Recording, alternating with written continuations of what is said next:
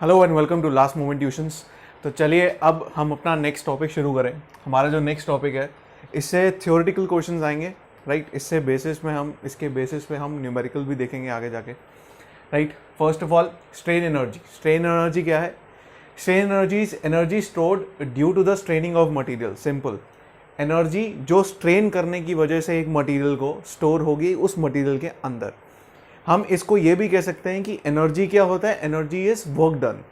अब इंटरनली जो मटेरियल के अंदर वर्क डन हो रहा है due to your straining of material, उसको हम बोलते हैं क्या? Strain energy, right.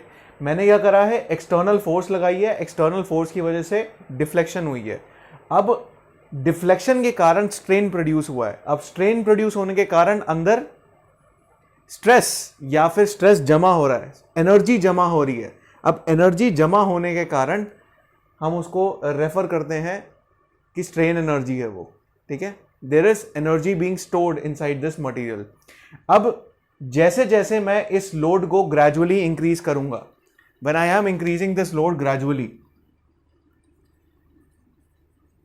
When I am increasing this load gradually increasing, अब जब मैं इस लोड को ग्रेजुअली इंक्रीज कर रहा हूं तो अगर मैं लोड डिफ्लेक्शन कर्व करूं, प्लॉट करूं एक माइल्ड स्टील के लिए, समझिए ये माइल्ड स्टील के लिए मैंने प्लॉट किया है, तो सेम आपका जो स्ट्रेस स्ट्रेन कर्व होता है ना, अब देखिए ये वाई एक्सिस क्या है, एक पे लोड है एक पे डिफ्लेक्शन है, ठीक है।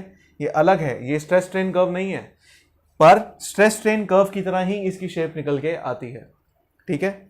अब क्या है कि जब भी जैसे mild steel is a perfectly elastic material, तो उसमें मैं ये कह सकता हूं दैट अगर इंटरनल वर्क डन है वो एक्सटर्नल वर्क डन के इक्वल होगा। ये नोट डाउन करिए, इंटरनल वर्क डन जो है एक्सटर्नल वर्क डन के इक्वल होगा।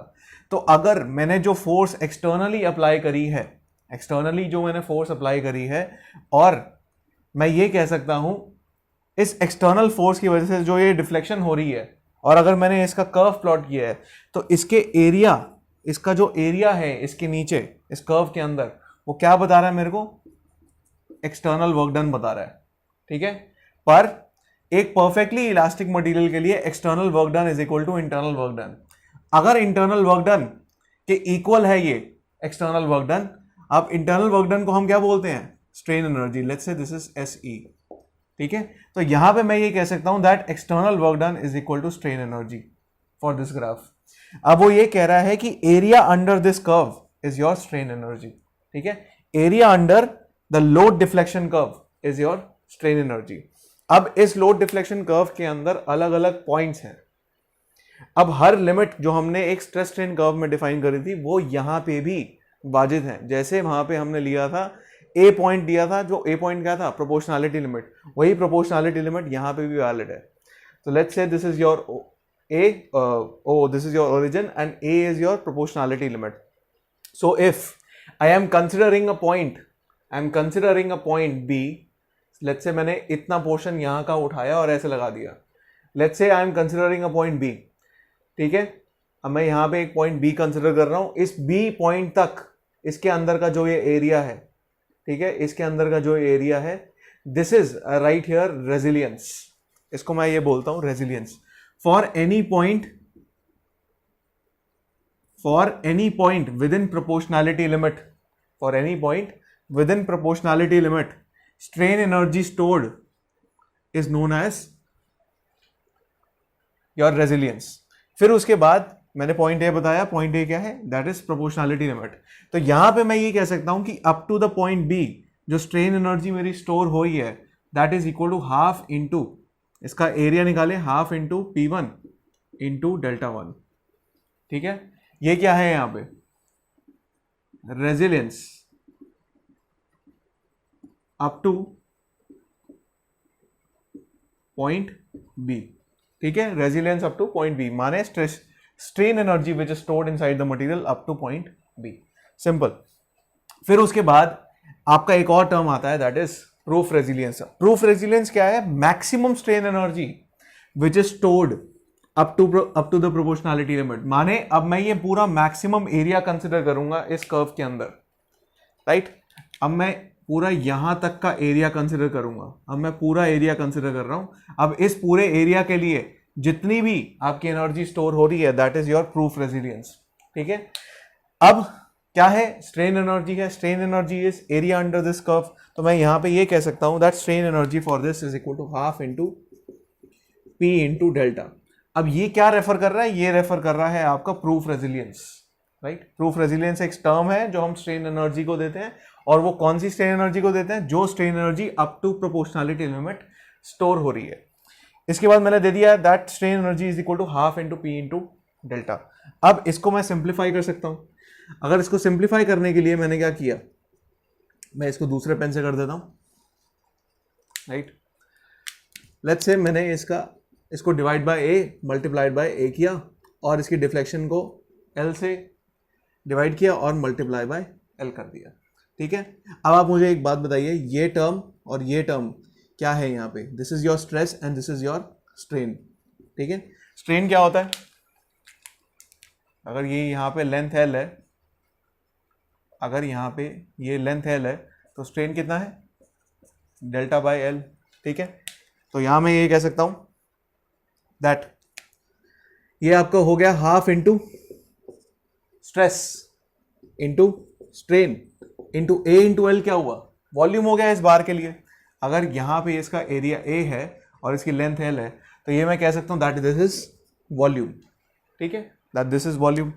अब उसके बाद यहाँ पे कैसे कह दिया, अब अगर मैं स्ट्रेन की जगह ये लिख दूं दैट स्ट्रेन इज इक्वल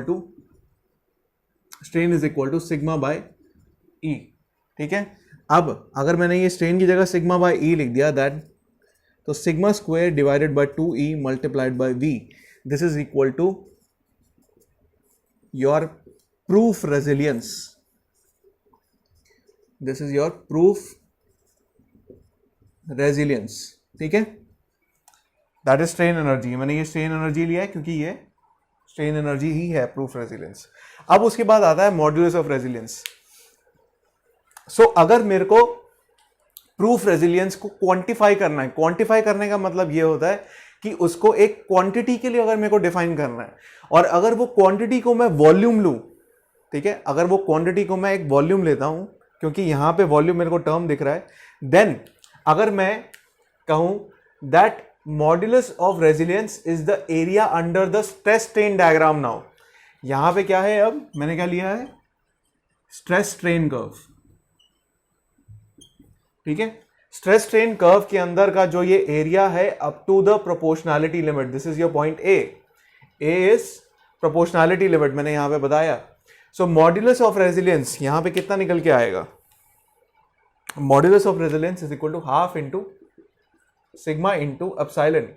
यहां तक का पॉइंट क्या है, epsilon. So half into base into height, और एप्सिलॉन यहां पे क्या होता है, सिग्मा बाय ई। तो मैं यहां पे ये कह सकता हूं this is sigma square divided by 2e, right. So area under the stress strain curve, this is modulus of resilience. पर ये देखो, अगर मैंने प्रूफ रेजिलियंस को v से डिवाइड कर दिया, वॉल्यूम से डिवाइड कर दिया, ठीक है, अगर मैंने प्रूफ रेजिलियंस को वॉल्यूम से डिवाइड कर दिया तो मेरे पास क्या आ गया, मॉड्यूलस ऑफ रेजिलियंस।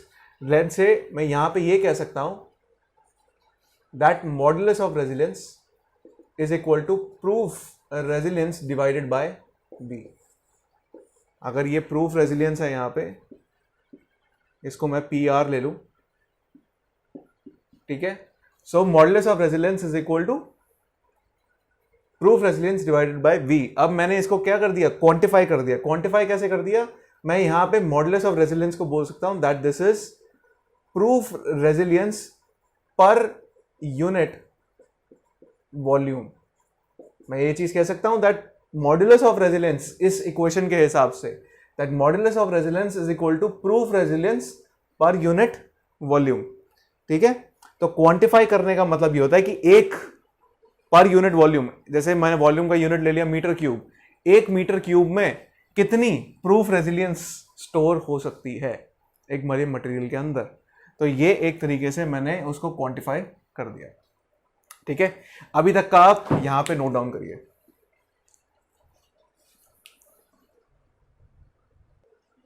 अब आगे देखिए, जैसे आपका प्रूफ रेजिलियंस, रेजिलियंस और मॉड्यूलस ऑफ रेजिलियंस था, वैसे ही एक टर्म और होता है toughness. Toughness is the ability of the material to store strain energy up to the point of fracture. माने लोड डिफ्लेक्शन कर्व का एंड कहां पे आ रहा है? फ्रैक्चर. ये पॉइंट है, यहां पे खत्म हो रहा है. तो इसके अंदर का जो टोटल एरिया है, राइट, ये जो आपका टोटल एरिया है, this is refer to as toughness. अब ये याद रखिएगा, किसका एरिया? लोड डिफ्लेक्शन डायग्राम का एरिया. ठीक है. अब ये जो लोड हम अप्लाई कर रहे थे, ये ग्रेजुअल लोड अप्लाई कर रहे थे, तभी आपका ऐसा कर्व आ रहा है. ठीक है, तो ये याद रखना, राइट. तो उसके बाद अगर मेरे को इसी टफनेस को क्वांटिफाई करना है, क्वांटिफाई मतलब इसको एक क्वांटिटी के हिसाब से डिफाइन करना है, अगेन मैं क्या रेफर करता हूं? Modulus of toughness. Modulus of toughness क्या है? Area under the stress strain curve. This is your modulus of toughness. अब यहां पे मैं ये कह सकता हूं that modulus of toughness is equal to toughness per unit volume. तो ये थी आपकी सारी डेफिनेशंस जो आपकी स्ट्रेन एनर्जी के रिस्पेक्ट में होती हैं स्ट्रेंथ ऑफ मटेरियल्स में, राइट. तो इस लेक्चर में बस इतना ही. इसके बाद हम नेक्स्ट वीडियो में हम रेफर करेंगे इससे रिलेटेड के जो आपके क्वेश्चंस हैं जो फ्रेम हो सकते हैं, उसको हम रेफर करेंगे, right. So that's all from this video. Thank you.